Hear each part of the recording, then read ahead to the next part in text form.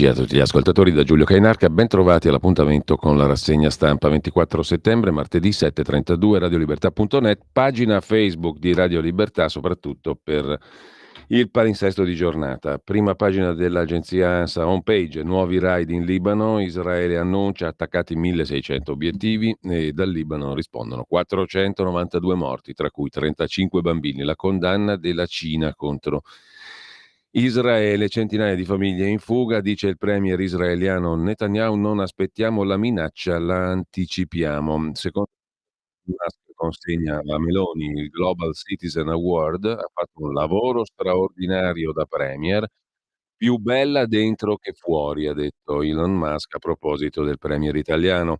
Come riporta l'ANSA, è un onore essere qui, consegnare questo premio a persona addirittura più bella dentro che fuori. Ha fatto un lavoro incredibile, al contrario di quello che diceva Berlusconi, ricorderete di Rosy Bindi, più bella che intelligente. Ha fatto un lavoro incredibile come premier con una crescita e un'occupazione record. È una persona onesta, vera, autentica, una dote rara per un politico.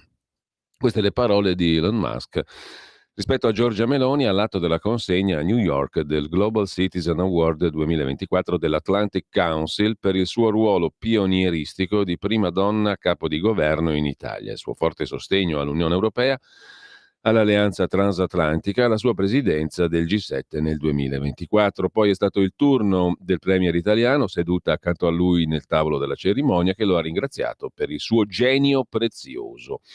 Meloni ha fatto un discorso incentrato sulla difesa, la celebrazione dei valori dell'Occidente contro le autocrazie e gli autoritarismi, contro i rischi dello stesso Occidente di autosminuirsi con un crescente disprezzo di sé e di pretendere spesso di essere superiore agli altri. Il risultato, l'Occidente, ha detto Meloni, rischia di diventare un interlocutore meno credibile. Il Sud globale chiede più influenza. Le nazioni in via di sviluppo sono ormai ampiamente consolidate, collaborano tra loro e le autocrazie stanno guadagnando terreno sulle democrazie. Rischiamo di assomigliare a una fortezza chiusa e autoreferenziale. Piano Mattei è un esempio per invertire questa rotta, modello di cooperazione paritaria coi paesi africani, partenariato nuovo e duraturo. C'è una narrazione, ha detto Meloni, che i regimi autoritari si prendono molto cura dei cittadini. Riguarda l'idea del declino dell'Occidente, idea che le democrazie non riescano a mantenere le promesse. Un esercito di troll e bot stranieri e maligni è impegnato a manipolare la realtà, a sfruttare le nostre contraddizioni.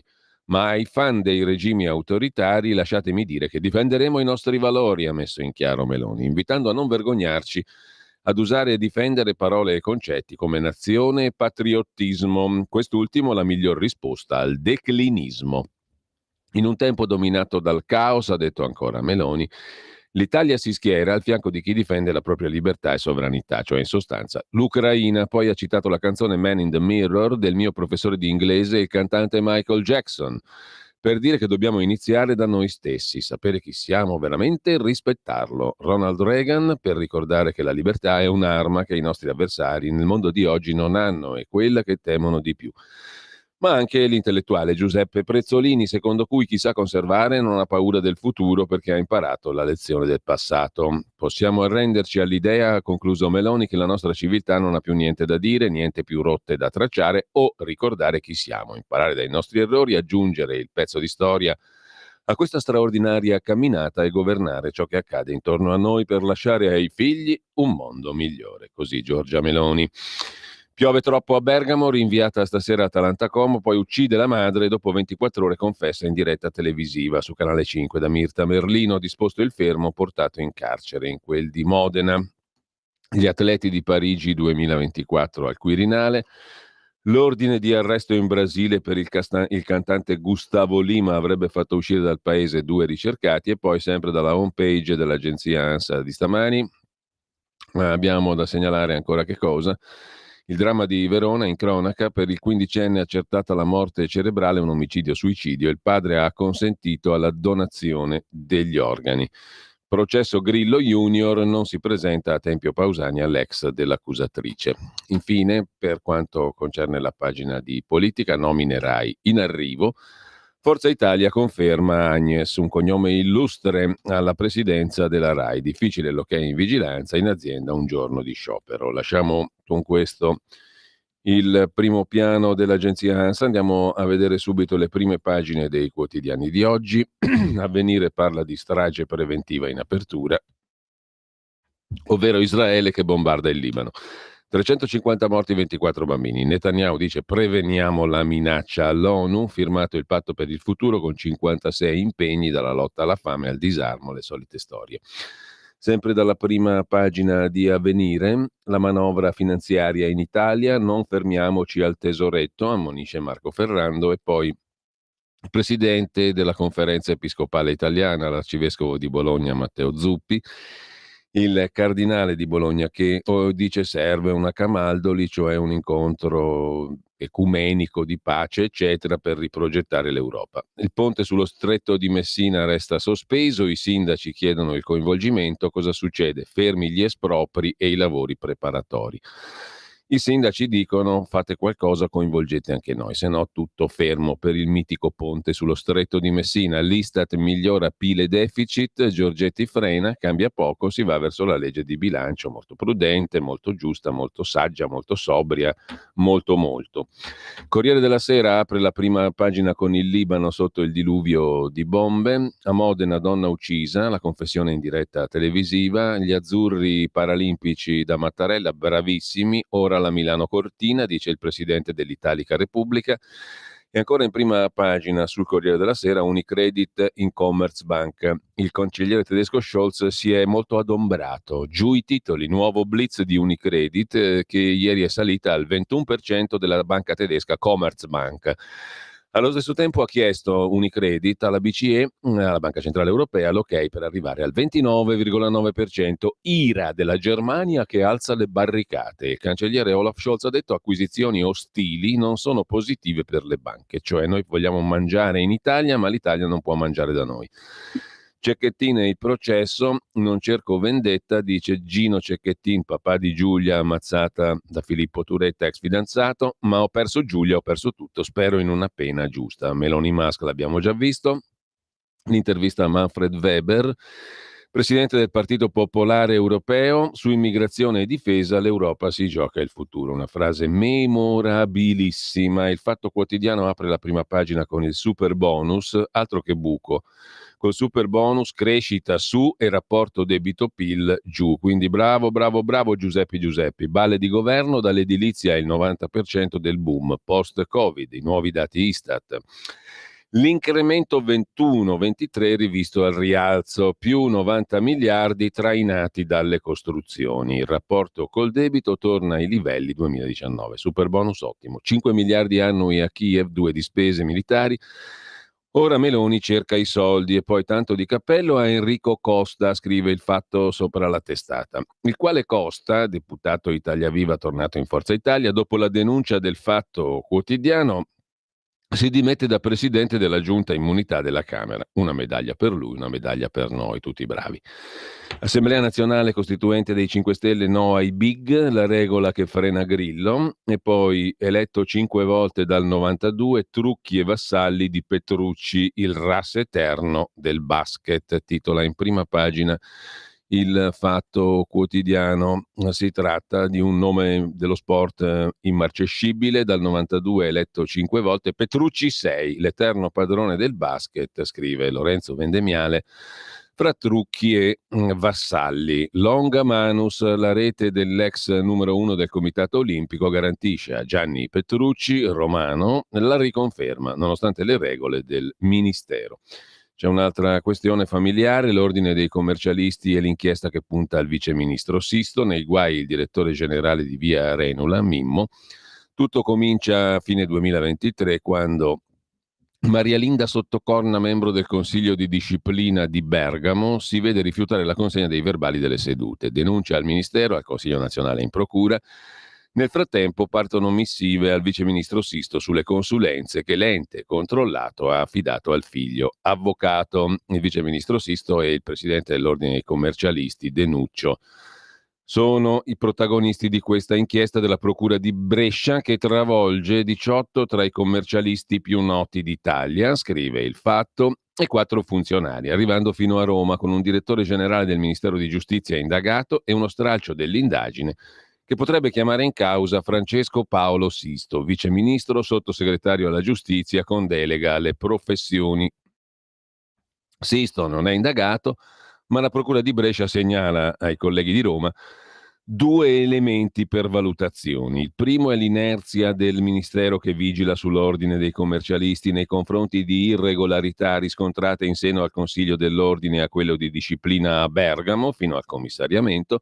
Il secondo è sulle consulenze date dall'ente pubblico vigilato al figlio del viceministro, che è un avvocato, una delle quali proprio per la difesa dell'organismo, dopo una perquisizione ordinata da Brescia. Di presunte consulenze e di familismo, presunto molto presunto, parleremo poi alle 8.30 con Maria Cristina Fontana, che è avvocato, ma soprattutto figlia del presidente della regione Lombardia, Attilio Fontana. Se non fosse stata figlia di Fontana non ci sarebbe questa vicenda che la riguarda. È stato rinviato a giudizio un cronista di Report e il conduttore Ranucci, in relazione a delle accuse fatte proprio alla figlia, all'avvocata Maria Cristina Fontana, figlia del presidente della regione Lombardia, difesa in questo frangente dall'avvocato Fabio Schembri, che sarà insieme a noi stamattina pure lui alle 8.30. Intanto lasciamo la prima pagina del Fatto Quotidiano con cos'altro. Il giornale di Italia Viva, che è stato annunciato da Renzi, è stato rinviato sine die causa maltempo.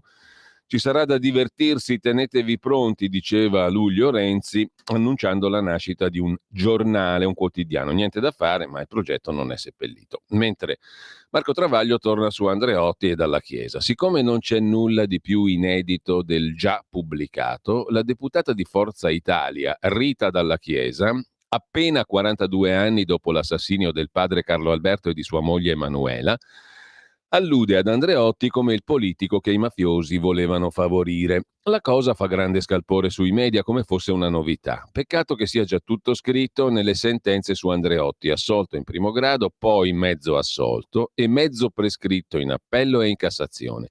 Sentenze che nessuno osa citare, tantomeno Rita Dalla Chiesa, devota a B. Punto, che definì i PM di Palermo matti, antropologicamente diversi dalla razza umana proprio per quel processo.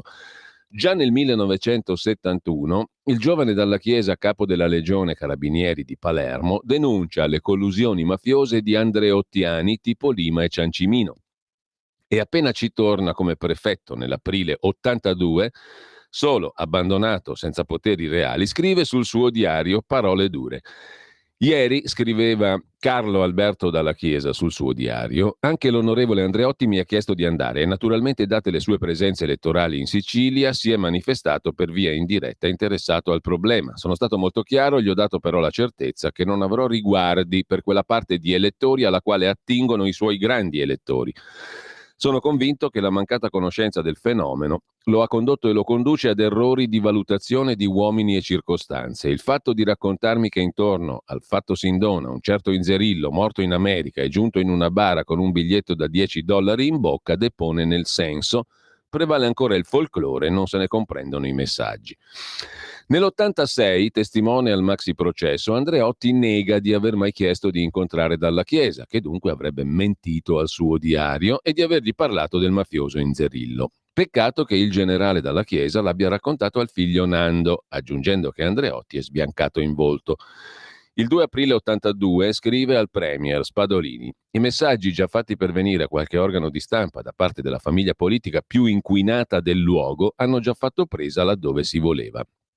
Il 30 aprile, giorno del delitto La Torre, annota nel diario Dalla Chiesa: la DC a Palermo vive con l'espressione peggiore del suo attivismo mafioso, oltre che politico. Lo Stato affida la tranquillità della sua esistenza non già alla volontà di combattere e debellare la mafia e una politica mafiosa, ma allo sfruttamento del mio nome per tacitare l'irritazione dei partiti, pronti a buttarmi al vento non appena determinati interessi saranno o dovranno essere toccati o compresi. 4 mesi dopo la lugubre profezia si avvera. Raffica di mitra in via Carini. Serve altro? Si domanda Marco Travaglio, ma sul Tempo vedremo il figlio di Andreotti che invece corrobora l'esatta tesi opposta. Dal Fatto andiamo alla prima pagina del giornale. Apertura dedicata a Meloni che striglia le Nazioni Unite, no a un club con paesi di Serie A e di Serie B. E sull'intelligenza artificiale l'uomo rimanga al centro, dice Giorgia Meloni. Berlino alza il muro contro Unicredit, in Europa inizia la guerra delle banche, scrive Osvaldo De Paolini, la Germania boicotta l'acquisto della quota di Commerzbank da parte della banca Unicredit. Faida 5 Stelle, Grillo aizza i militanti contro Conte, nuovo libro di Vittorio Feltri sul latino lingua immortale, edito da Mondadori, il referendum sulla cittadinanza agli immigrati non scalda i cuori ma funziona perché va di moda. Putin ha fatto testare una nuova micidiale arma, un supermissile intercontinentale Sarmat, scrive Alessandro Sallusti, le immagini scattate dai satelliti sopra quella parte di Russia alle porte dell'Artico dimostrano che si è trattato di un flop. Il missile si è incenerito a terra durante le operazioni di lancio. Putin va a razzo verso il fallimento, scrive Sallusti. In prima pagina ancora confessa l'omicidio in diretta TV a Modena, ho ucciso mia madre, la vita reality show e poi il pezzo di Fiamma Nera sta in su Israele, un attacco con due obiettivi, fermare Nasrallah e spaventare l'Iran, Nasrallah Hezbollah. Liguria, blitz del PD, la sinistra si prende il gruppo Spinelli, finito nell'inchiesta sul cosiddetto sistema Toti, nuovo presidente Mario Sommariva, già dirigente della CGIL, questa è interessante.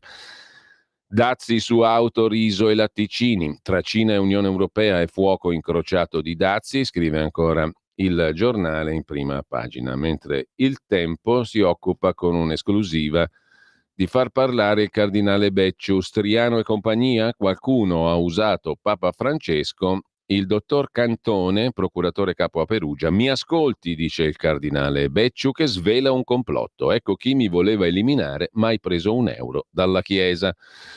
Mentre Cantone vuole arrestarli il giorno del riesame sui dossier degli spioni.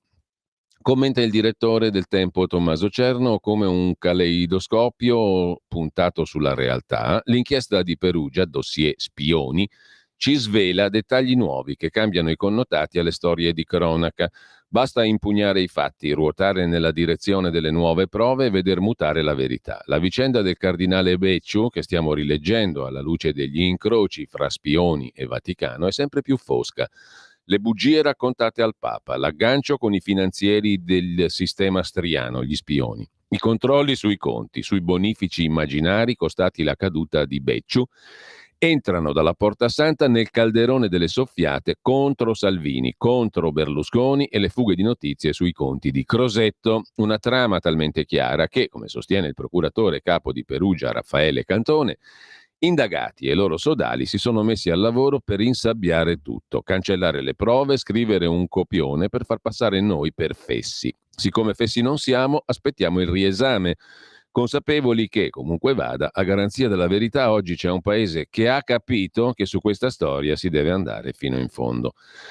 2 pagine, Rita Cavallaro a pagina 2 e pagina 3 in esclusiva sul Tempo di Roma intervista il cardinale Becciu, Striano e i corvi vaticani? Qualcuno ha usato il Papa, ora Cantone mi ascolti. Il cardinale Becciu svela il complotto di chi voleva eliminarlo, tira in ballo servizi segreti, alti prelati, messaggi secretati e quelle bugie al pontefice sui soldi. Non ho mai preso un centesimo. Le false informazioni della finanza sono arrivate prima della rogatoria. Sul rapporto con Francesco dice: sono un figlio ingiustamente cacciato di casa dal padre. La promessa: ho sempre servito la Chiesa e il Santo Padre, finché vivrò ho il dovere di urlare la mia innocenza. Questa cosa dei dossieraggi mi ha totalmente sconvolto. Sarebbe l'ulteriore conferma che qualcuno voleva la mia distruzione morale.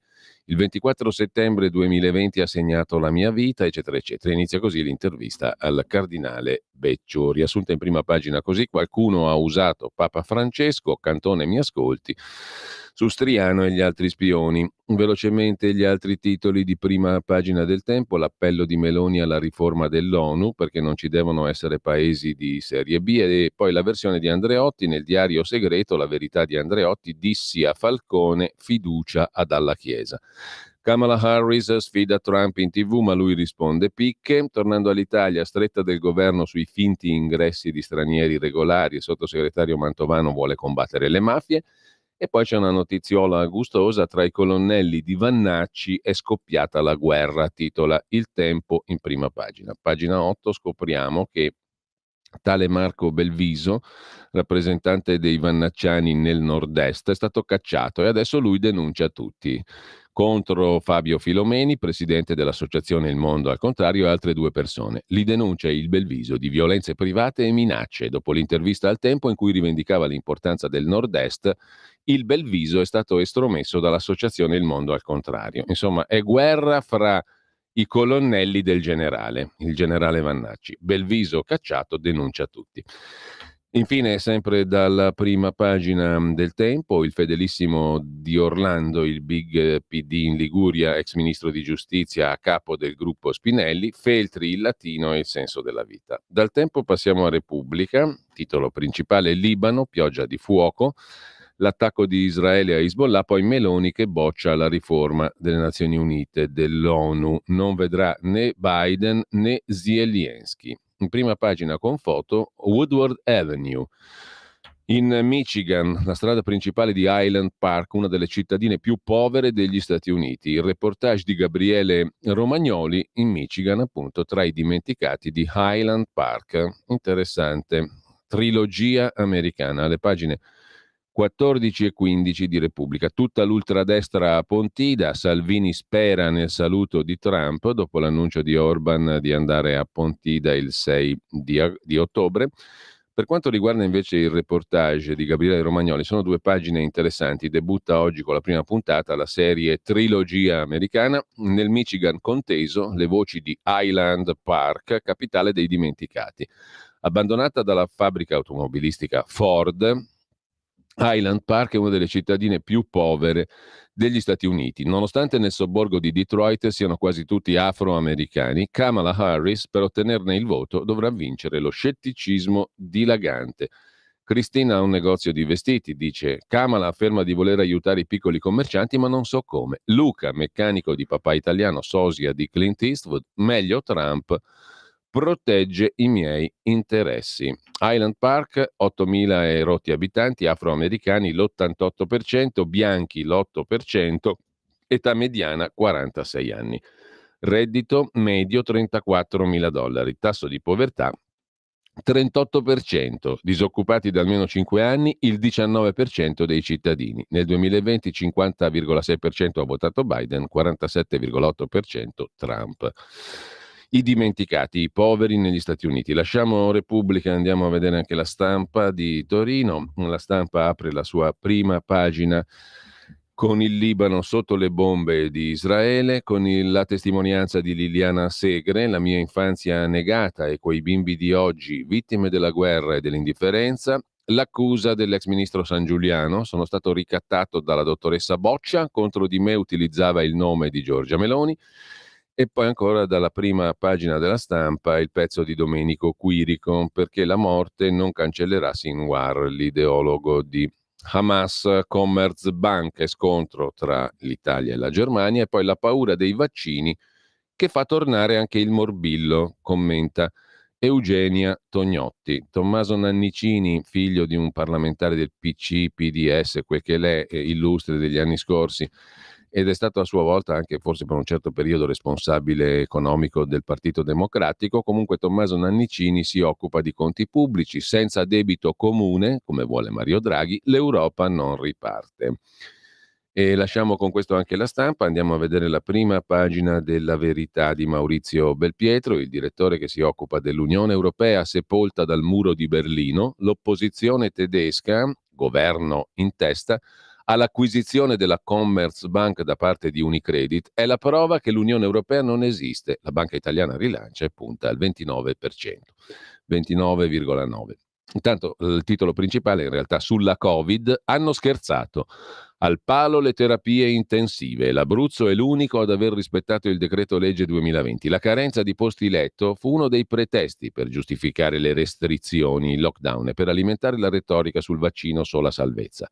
Mai più corriamo ai ripari, avevano giurato tutti, ma il bilancio è impietoso. Marcello Veneziani, l'Occidente non deve rinnegare se stesso, ma fare autocritica sì. E poi Francesco Borgonovo, abbiamo cercato Veneziani insieme a Cacciari per discutere di un paio di articoli interessanti sul dovere della politica e il ruolo della politica, vedremo se ci sta o meno, è uno molto ritroso, ma comunque tanto ce ne facciamo anche una ragione, non è un problema. In ogni caso, solo la sinistra italiana, scrive Francesco Borgonovo, non vuole chiarezza sulla pandemia. E ancora, obbligo di polizza anticatastrofi altolà degli industriali, lo sciopero contro Stellantis, crisi dell'auto, i sindacati preparano la mobilitazione, mentre il governo chiede ufficialmente di far slittare la data del tutto elettrico. Via la data tagliola del 2035, la richiesta dell'Italia. A chiudere, Carlo Tarallo su Gualtieri, sindaco di Roma, che caccia i migranti e fa infuriare il Partito Democratico, cortocircuito PD a Roma per la giusta decisione del sindaco. Vediamo anche la prima pagina di Libero. Apertura dedicata al signor Amadeus, credo il conduttore televisivo. Amadeus è un pacco, il grande fiasco, la risposta alle polemiche del PD sulla Rai depauperata la danno gli spettatori. Il nuovo programma del conduttore su Discovery fa flop. Mario Secchi, il direttore di Libero, si occupa di Berlino, la Germania che è europeista solo se al comando ci sono i tedeschi. Feltri che si racconta il latino mi ha cambiato la vita, il libro del fondatore di Libero. Schlein lancia la campagna del fango, lo scaricabarile sull'alluvione. La segretaria PD in Romagna distribuisce ai suoi vademecum per riversare sul governo le colpe del disastro. Daniele Capezzone nota quel che notavamo ieri, cioè si scandalizzano perché Salvini osa difendersi, il leghista a processo per la vicenda Open Arms, come ormai tutti sanno, e anche Capezzone nota, insomma, si scandalizzano tutti, dal Corriere a Stampa, Repubblica, i ben pensanti, perché Salvini osa difendersi, doveva semplicemente accettare di essere bastonato, condannato, legnato.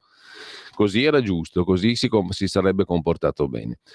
Mentre solo il PD crede nel campo largo, afferma Pietro Senaldi, e infine uccide la madre e confessa in TV, l'abbiamo già visto a Modena. Con questo lasciamo anche Libero, credo che siano arrivate le 7.59/8, quindi piccolo jingle e ritorniamo alle prime pagine che ci mancano e ai due articoli che gireranno sulla homepage del sito di radiolibertà.net insieme al terzo, che in realtà non è un articolo ma la chiacchierata che faremo alle 8.30 con Maria Cristina Fontana, figlia del presidente della giunta regionale lombarda Attilio Fontana, e il suo avvocato difensore Fabio Schembri.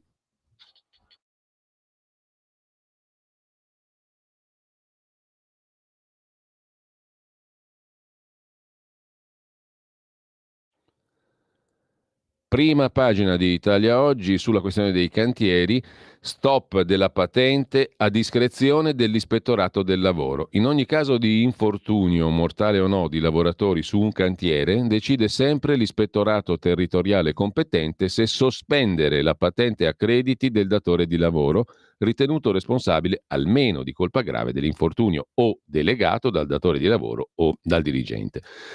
Lo precisa l'INL nella circolare che illustra il decreto ministeriale con il regolamento della patente a crediti nei cantieri. La questione riguarda molti lavoratori. Pagina 31, il dettaglio tecnico su Italia Oggi. Il 54% degli italiani, scrive invece Italia Oggi su sondaggio di Renato Mannheimer, critica la magistratura. 30 anni fa la fiducia era al 70%. Nella vignetta di Claudio Cadei, pubblicata venerdì da Italia Oggi, scrive nel suo diritto e rovescio il direttore Pierluigi Magnaschi, che si è leggermente infortunato, quindi non può mandarci l'audio video che ci regala tutti i giorni, ma comunque noi gli facciamo gli auguri e lo ringraziamo sempre e comunque per la sua generosità. In ogni caso, nella vignetta pubblicata da Italia Oggi venerdì, la faccia di Grillo è costituita da una clessidra che si sta esaurendo, scrive Magnaschi nel suo diritto e rovescio di oggi, in prima pagina. Non a caso, da una vasta inchiesta condotta da Carlo Valentini per Italia Oggi, risulta che in questi ultimi 3 anni Giuseppe Conte si è costruito una struttura regionale composta da fedelissimi che controllano il Movimento 5 Stelle. Non solo. I parlamentari 5 Stelle sono stati scelti e fatti eleggere a suo tempo personalmente da Conte. Un cacicco, insomma. Pertanto l'influsso di Grillo sugli iscritti e sui parlamentari 5 Stelle è nullo, per cui tutti gli analisti indipendenti prevedono che dall'imminente scontro Grillo uscirà disintegrato. Intanto, per confermare che lo showdown sarà non solo inevitabile ma irreversibile, Conte ha comunicato che non risponderà più a nessuna provocazione o domanda di Grillo. Insomma, per Conte la partita è finita. Grillo KO. Lasciamo Italia Oggi e vi segnalo però da Italia Oggi un bell'articolo di Claudio Plazzotta, a pagina 2, la pagina dei commenti, su Milano. piste ciclabili ma senza ciclisti. La città di Milano, le sue vie in centro, fervono di lavori per le nuove piste ciclabili, svolta verde del sindaco Sala, introdotta dal 2020 in poi peraltro, ma che adesso intende premiare gli spostamenti in bici, penalizzare i milanesi che vogliono l'automobile. Dal 26 al 29 settembre a Milano si celebra addirittura la Milano Green Week. I residenti a Milano sono in crescita e hanno raggiunto quota 1.354.000. Oltre la metà non possiede un box dove parcheggiare e ricaricare un'auto elettrica o riporre una bicicletta. Su quasi 1,5 milioni di persone sono solo 10.000 quelle che regolarmente utilizzano le bici come modalità di spostamento a Milano. Percentuale rilevante nel centro, in periferia l'attitudine alla bici crolla. Forse è vero che mancano infrastrutture, piste sicure, ma siamo certi che i milanesi siano interessati alla bicicletta in città? Insomma, facciamo piste ciclabili a Milano, ma senza ciclisti, scrive Claudio Plazzotta. Con questo lasciamo Italia Oggi. Vi segnalo, a proposito di biciclette e auto, sull'automobile in particolare, il primo piano del Sole 24 Ore di oggi, primo piano dedicato a pagina 3 e 4 all'automotive italiano. Italia in pressing, serve una nuova tabella di marcia sullo stop al diesel e alla benzina al 2035. Bisogna spostare la data, neutralità tecnologica al centro della proposta che l'Italia fa all'Unione Europea. Cosa vuol dire? Neutralità tecnologica è il punto chiave per rilanciare l'automotive. Cioè la tecnologia ormai permette anche ai motori diesel e benzina endotermici di essere assolutamente green. Nel rapporto Draghi una complessa ricetta per la tenuta futura dei costruttori continentali. Mentre adesso andiamo ai due articoli che gireranno sul sito. Prego la regia di prendere nota ai fini di una migliore organizzazione del lavoro, come diceva Karl Marx. Dunque, i due articoli di oggi, il terzo sarà la chiacchierata che faremo alle 8.30 con l'avvocato Maria Cristina Fontana e l'avvocato Fabio Schembri, come dicevo prima. Intanto però, primo articolo da segnalare oggi su Italia Oggi a pagina 5, da Berlino, Roberto Giardina, come sempre più chiaro e più preciso di tanti altri corrispondenti dalla Germania. Una vittoria amara per il cancelliere Scholz. Il leader socialista locale Dietmar Woidke, che ha vinto le elezioni di poco peraltro rispetto alla destra dell'AfD, non ha voluto Scholz al suo fianco.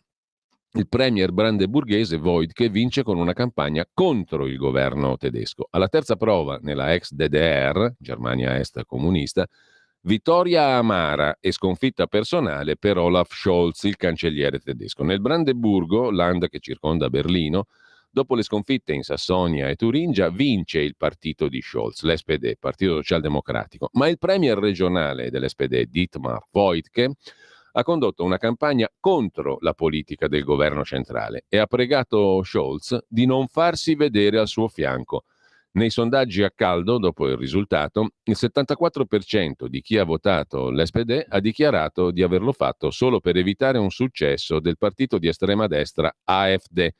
A livello nazionale, appena il 9% promuove il cancelliere Scholz, che ha seguito lo spoglio da New York. Woidke, il vincitore locale, ha vinto personalizzando la campagna, puntando tutto sul proprio lavoro, promettendo di dimettersi, pur se avesse ottenuto una conferma, se AfD avesse superato la sua SPD. Il Brandeburgo, 2.100.000 elettori, è da sempre roccaforte del Partito Socialdemocratico SPD che lo governa dal 90, dalla riunificazione. Nel 94 raggiunse il 54% l'SPD. Woidke, il leader locale, era premier da 11 anni ed è riuscito a vincere con uno scatto finale guadagnando 4 punti in una settimana, superando AfD per pochissimo, il 30,9% contro il 29,2%.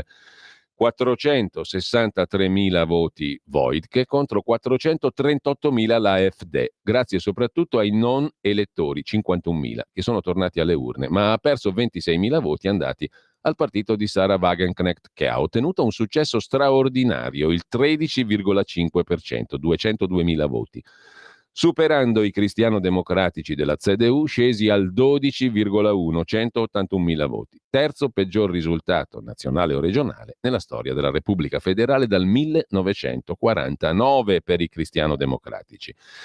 Eppure il partito di Sarah Wagenknecht, che ha come motto ragione e giustizia, è nato appena a gennaio e nel Brandeburgo il gruppo locale è stato formato solo 5 mesi fa. La regione di Brandeburgo, insomma, ha bocciato i due partiti della coalizione nazionale, anche oltre alla CDU, i Verdi, che hanno il 4,1%, sotto il minimo del 5% per entrare al Parlamento, e i liberali non vengono neanche ricordati nei grafici. Continuano a sopravvivere, ma il Brandeburgo è un monito in vista delle elezioni nazionali che si terranno in Germania nel settembre 25. In Parlamento entrano solo 4 partiti e la scomparsa dei Verdi complica la formazione del governo e consacra Sarah Wagenknecht come arbitra dei giochi. I seggi in Brandeburgo sono 88, SPD ne ottiene 32, AfD 30, CDU 12, Sarah Wagenknecht 14. L'unica maggioranza possibile è quella dell'SPD con il partito di Sarah Wagenknecht. Una grossa coalizione dell'SPD con la CDU con 44 seggi si fermerebbe alla pari con l'opposizione. AfD, il partito di destra, non ha conquistato il primo posto, ma ottiene col 30% il diritto di veto su tutte le leggi che richiedono una maggioranza dei 2/3. Insomma, potrà complicare il lavoro del governo locale del Brandeburgo. Una situazione, scrive Giardina, che potrebbe ripetersi tra un anno al Bundestag, il Parlamento nazionale, e la AfD conquista la maggioranza dei giovani tra i 18 e i 24 anni. Chi sceglierà il premier di Brandeburgo Voigtke SPD come partner? Sarah Wagenknecht o la CDU? Oppure entrambi? Difficile governare solo con i cristiano-democratici, pur di non far entrare Sarah Wagenknecht al governo, come è probabile anche in Turingia e Sassonia. La signora Wagenknecht ha dichiarato alla vigilia che non è interessata a ottenere ministeri senza la garanzia di poter lavorare per il bene della regione e vuole un impegno per le scelte nazionali. Insomma, Wagenknecht non vuole cadere nella trappola di essere imbrigliata da un partner più forte e logorarsi al governo.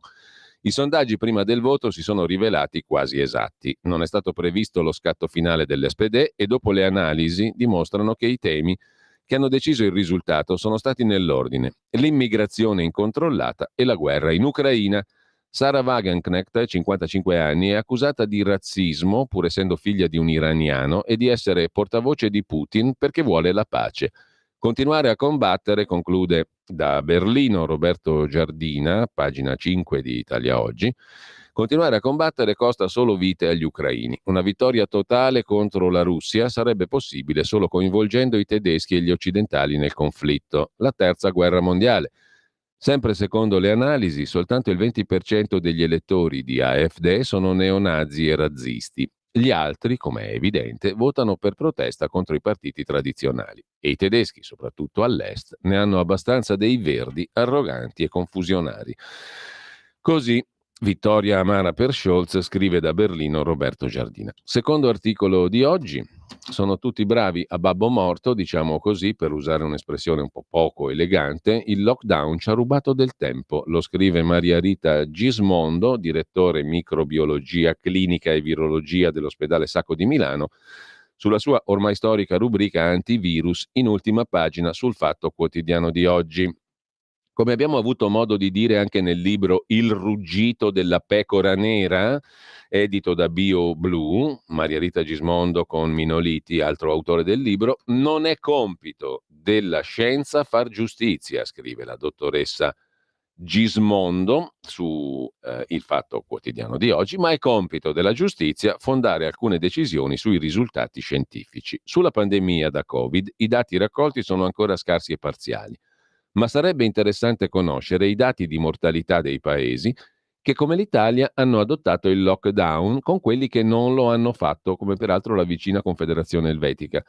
Per esempio, i morti per Covid e con Covid, facendo riferimento ai diversi periodi pandemici, la reale incidenza degli effetti collaterali da vaccino, il numero di suicidi dei giovani pre e post-Covid in comparazione ad altri paesi, l'andamento dei casi di violenza giovanile, il buco di apprendimento provocato dalla didattica a distanza, la DAD.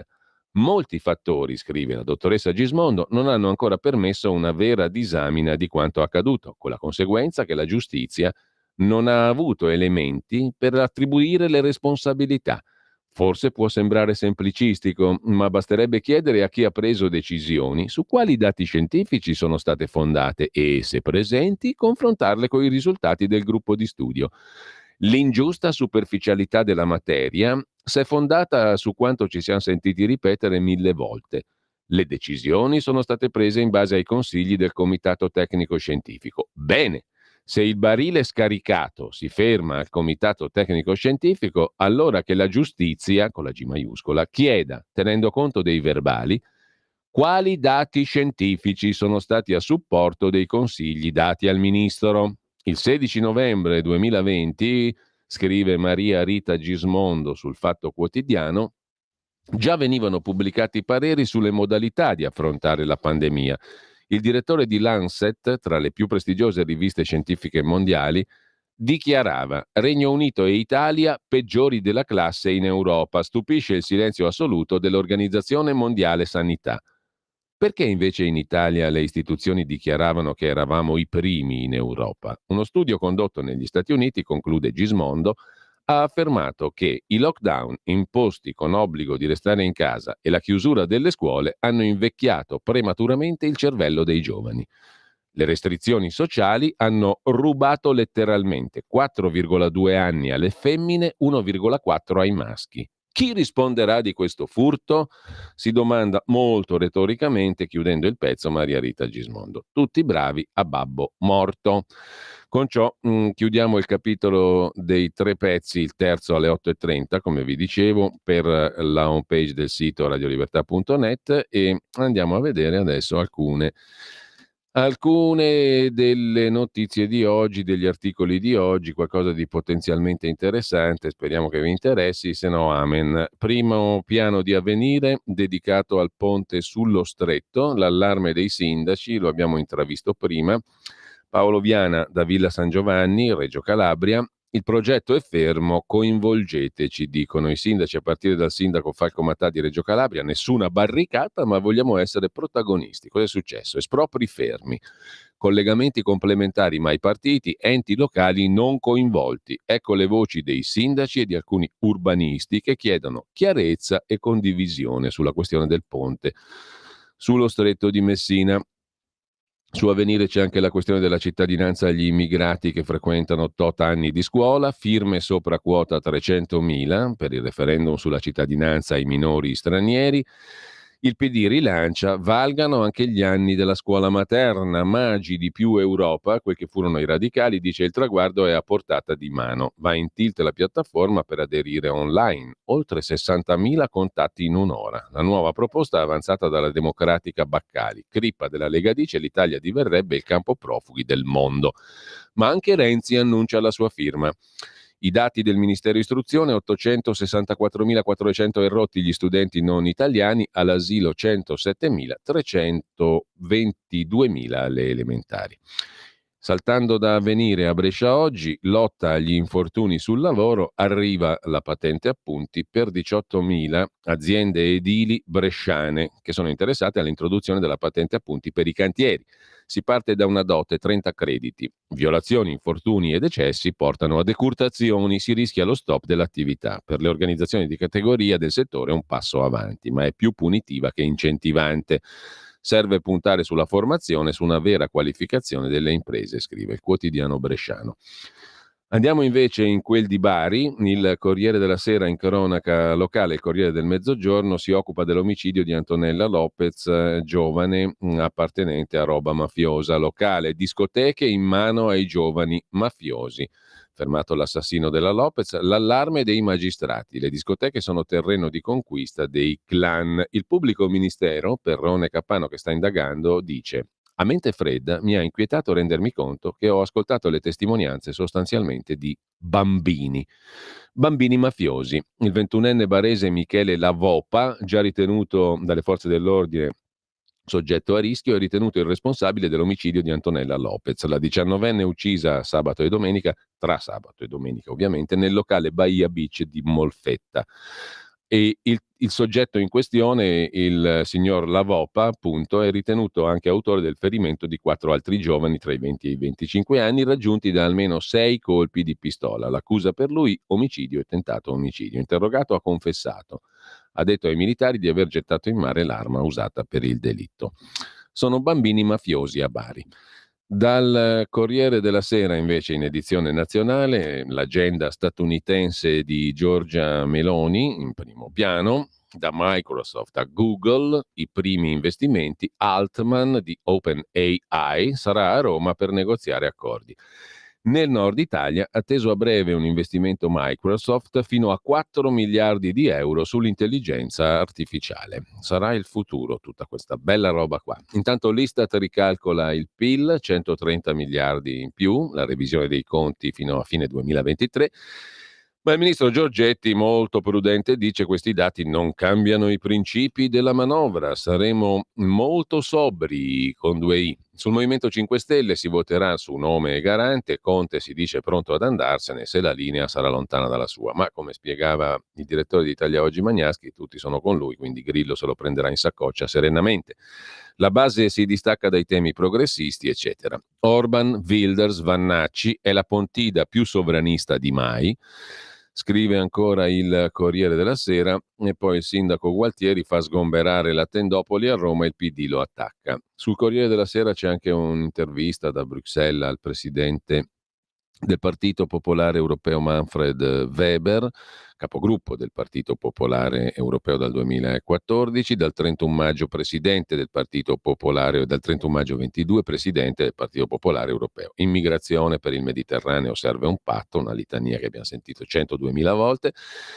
Mentre da Mestre, il mio amico Giacomo, genuino come pochi. Questo nostro dolore non farà nascere odio. Parla l'uomo ferito dal 38enne incensurato e senza fissa dimora moldavo che ha accoltellato venerdì Giacomo Gobbato e ferito appunto l'amico Sebastiano Bergamaschi, 2 giovani che erano intervenuti in aiuto di una donna rapinata dal moldavo, il quale ha tirato fuori il coltello, ne ha ammazzato uno, ne ha ferito un altro. Il sopravvissuto dice appunto: questo nostro dolore non farà nascere l'odio. Era a terra, Giacomo ha detto: mi ha colpito. Non siamo eroi, ma persone che non si sono voltate. Così abbiamo scelto di vivere. Se n'è andata invece Paola Amarella, molti la ricorderanno, architetta, conduttrice televisiva. Si è spenta a Milano, era milanese, aveva appena 61 anni, tumore al seno. Ieri nella chiesa di San Marco sono stati celebrati i funerali, incessante il saluto del suo pubblico attraverso i canali social e i necrologi sul giornale. Dopo la laurea aveva fatto l'agente immobiliare, ma era diventata poi un volto popolare in TV attraverso un genere pionieristico in Italia, i reality dedicati alla casa, compro, vendo casa, eccetera, eccetera. È stata una luce per tanti, Paola Marella, fino all'ultimo ha mantenuto classe e gentilezza.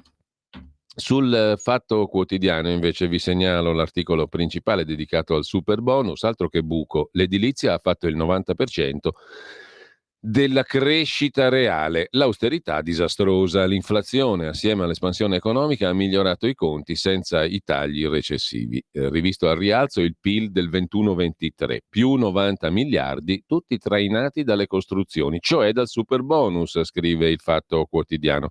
Il debito PIL torna al 2019 nonostante i mega deficit.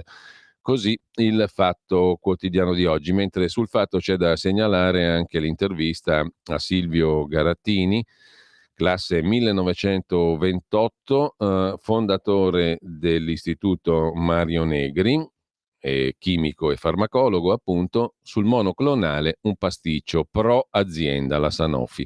Deve decidere lo Stato e non le regioni, dice il farmacologo a proposito dell'anticorpo Sanofi che previene le bronchioliti nei bimbi. Da 30 anni non si rivede il prontuario dei farmaci, ogni impresa vende il suo. E in questo caso si è favorita, tanto per cambiare, la casa farmaceutica Sanofi. Sul giornale invece vi segnalo a pagina 3 l'articolo di Fabrizio De Feo dedicato alla rete digitale di Giorgia Meloni. Gli incontri con i Chief Executive Officer, i CEO, per gestire i rischi dell'IA, cioè dell'intelligenza artificiale, o AI, Artificial Intelligence. faccia a faccia con i big dell'high-tech, CEO IA High-Tech, per attrarre investimenti e cooperare con le nostre università. In serata l'incontro con Elon Musk, che l'ha premiata, bilaterale con il ministro degli Emirati Arabi sul clima e le questioni collegate. Intanto il giornale, nell'ambito dei suoi bei 50 anni, del suo cinquantenario, continua il viaggio lungo l'Italia che produce. Domani speciale evento, la Grande Milano, dimensione Smart City, al Circolo Filologico di Via Clerici, un'intera mattinata. Come partner A2A, ASPI, Banco BPM, Enel, Eni, Fondazione Fiera Milano, Banca Generali, Gruppo Ferrovie dello Stato e TIM. L'incontro avrà inizio alle 9.30, proseguirà fino alle 12.30. A fare gli onori di casa è il direttore responsabile del giornale, Alessandro Sallusti. Poi ci sarà l'intervento dell'architetto Stefano Boeri, l'inventore del bosco verticale, tanti altri, eccetera, eccetera. Una giornata sulle prospettive di Milano, la conclusione della mattinata affidata al sindaco Sala, ma anche il dialogo tra Sallusti e Feltri alle 12:30, alle 12 a mezzogiorno, insomma. Intanto vi segnalo dal giornale il pezzo di Luca Fazzo in guisa di retroscena, che si occupa degli spioni e dei dossier, la vicenda Striano e tutto il resto. Quei pubblici ministeri che tentarono invano di fermare Cafiero. Il procuratore Melillo dice: denunciai i rischi di accentrare la banca dati nelle sue mani, nelle mani del Cafiero, che adesso è parlamentare dei 5 Stelle. Fiamma Nierenstein sul giornale, pagina 13, si occupa dell'attacco di Israele che annichilisce Nasrallah e spaventa l'Iran. Un colpo all'asse del terrore. Effetto deterrenza. L'operazione cerca persone e le bombe sul Libano hanno privato i miliziani dei comandanti migliori, di razzi e lanciarazzi. Paura in Iran, vogliono trascinarci in guerra. Gli ayatollah vietano l'uso di mezzi tecnologici a tutte le guardie della rivoluzione. L'illazione sull'elicottero, il defunto presidente Raisi era in possesso di un beeper. È saltato anche lui? E intanto lasciamo il giornale con l'allarme dei costruttori. Serve un provvedimento salva Milano per salvare le bellissime opere architettoniche, ingegneristiche, i nuovi palazzi, palazzoni, palazzetti, palazzacci, le costruzioni a Milano. A De Albertis di Assimpredil il comune risponde con un piano da 10.000 alloggi a 500 euro al mese. Il comune di Milano sta lavorando, scrive il giornale, a un programma di housing, adesso si chiama così, case, anche attingendo al patrimonio pubblico. L'11 ottobre l'incontro con i rettori, scrive il giornale. Sul Tempo di Roma, Rita Cavallaro ci spiega perché il procuratore di Perugia Cantone vuole arrestare, mettere in galera Striano e Laudati, i presunti spioni, lo scandalo dei dossier. Dopo il no del giudice indagine preliminari, il GIP, oggi è il giorno del Tribunale del riesame. I domiciliari per evitare l'inquinamento delle prove. Il procuratore capo di Perugia vuole scoprire i mandanti. I motivi della richiesta. Il graduato delle Fiamme Oro, Striano, non è più al gruppo SOS, segnalazioni operazioni sospette, ma è in servizio e potrebbe operare tramite altri soggetti. Reiterare, insomma, il reato. Sarebbe veramente molto intelligente da parte sua farlo in questo momento, ma comunque per quello il procuratore di Perugia vuole l'arresto.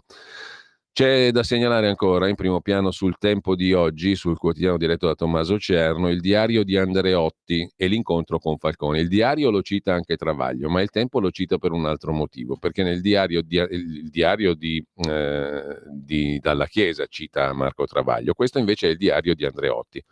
L'incontro con Falcone, fiducia Dalla Chiesa. Gli appunti confermano la stima di Andreotti nei confronti del generale Carlo Alberto Dalla Chiesa. Il figlio di Andreotti, uno dei figli, Stefano, apre gli scritti del padre sul incontro con il magistrato, più che col magistrato, col generale Dalla Chiesa.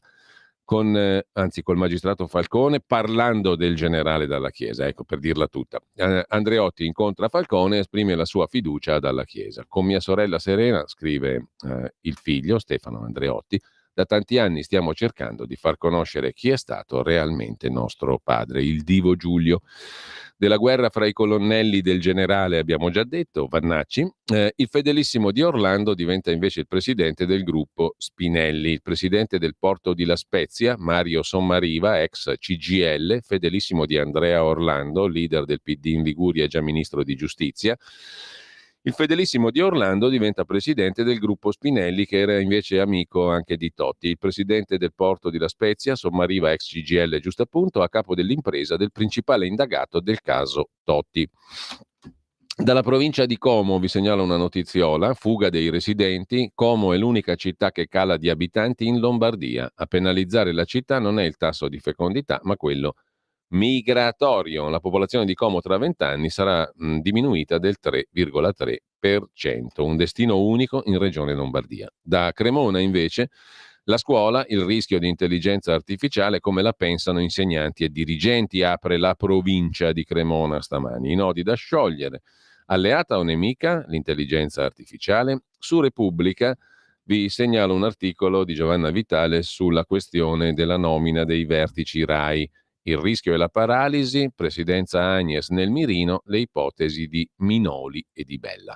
Allarme anche su Repubblica sul ponte sullo stretto, un pilone poggia sulla faglia, ma la società assicura è una faglia inattiva, una faglia pericolosa, terremotabile. La Cannitello è indicata in 2 mappe allegate al progetto, ma per i tecnici non ne è provata la pericolosità. Allarme dei comitati che arriva in Parlamento, scrive Repubblica in primo piano oggi. Ma lasciamo Repubblica e lasciamo anche la rassegna stampa, facciamo una piccola pausa musicale, poi scopriremo il perché di questa piccola pausa musicale. Io non lo so, un perché casuale, non esiste un perché come in tutte le cose della vita o quasi tutte, quindi ascoltiamo un po' di musica e poi apriamo la terza pagina della nostra homepage, o meglio, la terza pagina dei 3 articoli che gireranno sulla homepage del sito di Radio Libertà. La vicenda è abbastanza curiosa, indicativa, e ce la racconteranno i protagonisti.